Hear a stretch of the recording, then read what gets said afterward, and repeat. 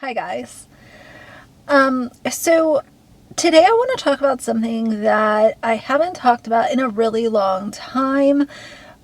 Ages ago, some of y'all might remember, I made a couple of videos about Stephanie Harlowe, and Stephanie is someone that has a really big voice in the true crime community, especially here on YouTube. I don't know what her following is like on other platforms. I found her on YouTube and didn't really follow her on other sites at all.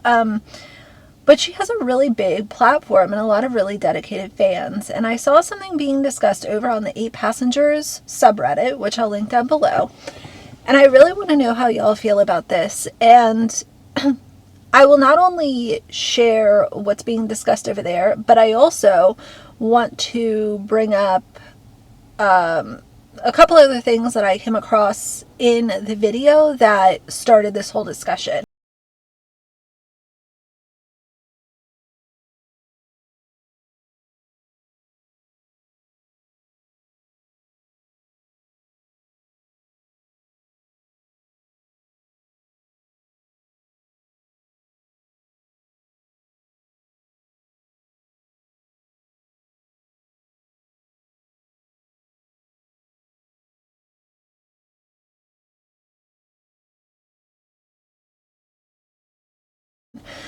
So she put out this video on her YouTube channel claiming that there was new evidence that she was sharing about Ruby Franke and Jodi Hildebrand. Just to be clear, she didn't get her hands on new evidence. It was just the newly released evidence that she was sharing with her audience. I saw a couple comments about that, but that's not necessarily the worst part of this video. The worst part of the video is she gets up on her soapbox and says how she is not going to be using these children's initials. She's going to be using their full names because these children are public figures. Of Ruby's 12-year-old son, who's referred to in these documents as RF. Now, because the documents refer to Ruby's son as RF and Ruby's daughter as EF, they are trying to protect their privacy. However, we have to remember that these two children were on a very public YouTube channel. There's really no protecting their privacy at this point. Anybody who watched 8 Passengers, and there was millions of subscribers, knows that RF stands for and EF stands for. And in the first video, before they had started using their initials, I did use their names because everyone knows their names. And I'm going to continue to use their names in this video for the purpose of clarification and for the purpose of not confusing myself. Unfortunately, that is another downfall of putting your children on a very public platform. When something like this happens, or in any situation, they no longer have privacy. The world knows their names. And a full stop right there. Children cannot be public figures, Stephanie. Children are not able to consent to their image and everything being shared with the internet. If somebody can't consent, then they are not a public figure. Children who are used for content, they're not celebrities. They're not out here doing their own thing. They are literally children. So I was upset the fact that she, used both of their full names the entire video. And anyone who wants to make the comparison, oh, well, news channels and documentaries are covering 8 Passengers and they're, talking about these children. But even the news coverage and the clips from documentaries that I have seen myself, even they use the initials of the children because these kids have been exploited enough. So if I've said this before, if you're going to cover it, there is a reason why their initials are used in all of the court documents, all of the TV segments, by all of the people that are giving commentary on this.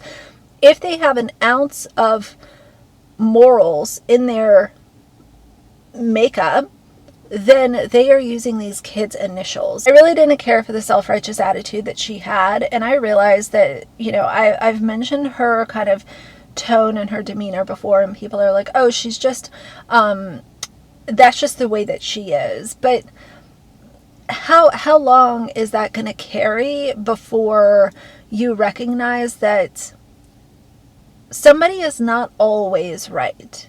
Even if they're covering content that they're passionate about, that doesn't necessarily give you a pass to say these kinds of things. It is so hurtful to these kids. I'm going to insert a little carousel of the conversation that was happening over on Reddit so y'all can see those comments as well. Just pause to read through them. A lot of people see the issue with her using the kids' full names.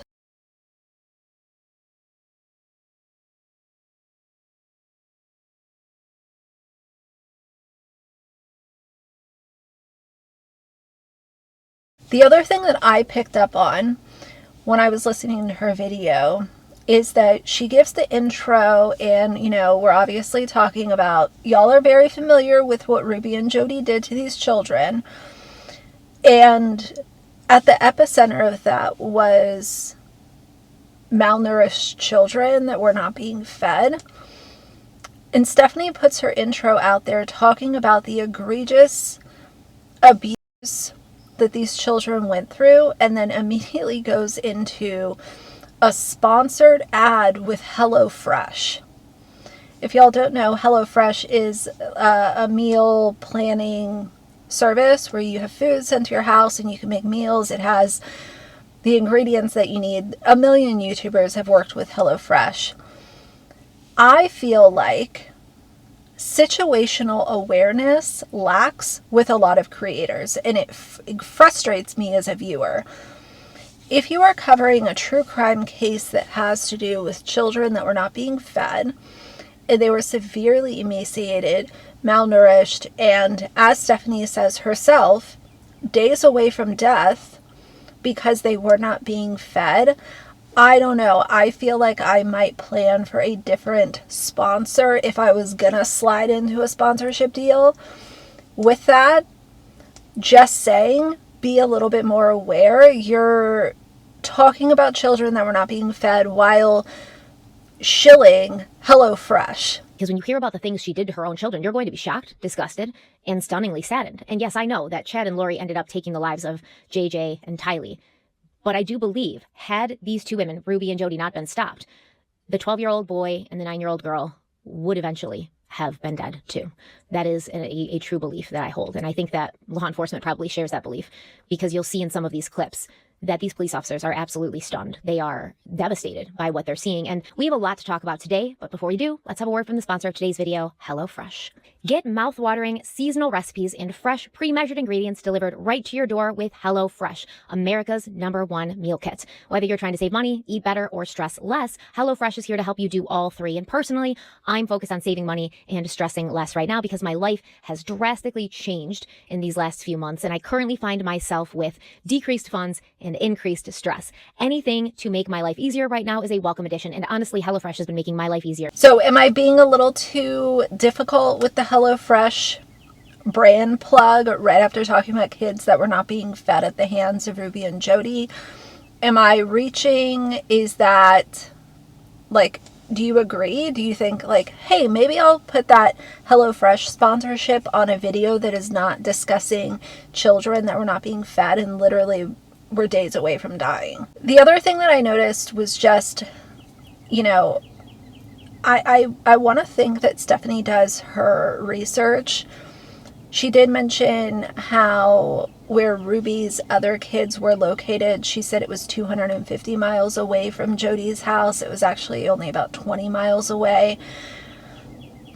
You know, I don't know, like, with a case that's as sensitive and triggering and upsetting as the Ruby Frankie case is, I just got a really bad feeling off of listening to this from her. My perspective, I'm not saying that she's completely careless or is not, you know, doing anything right.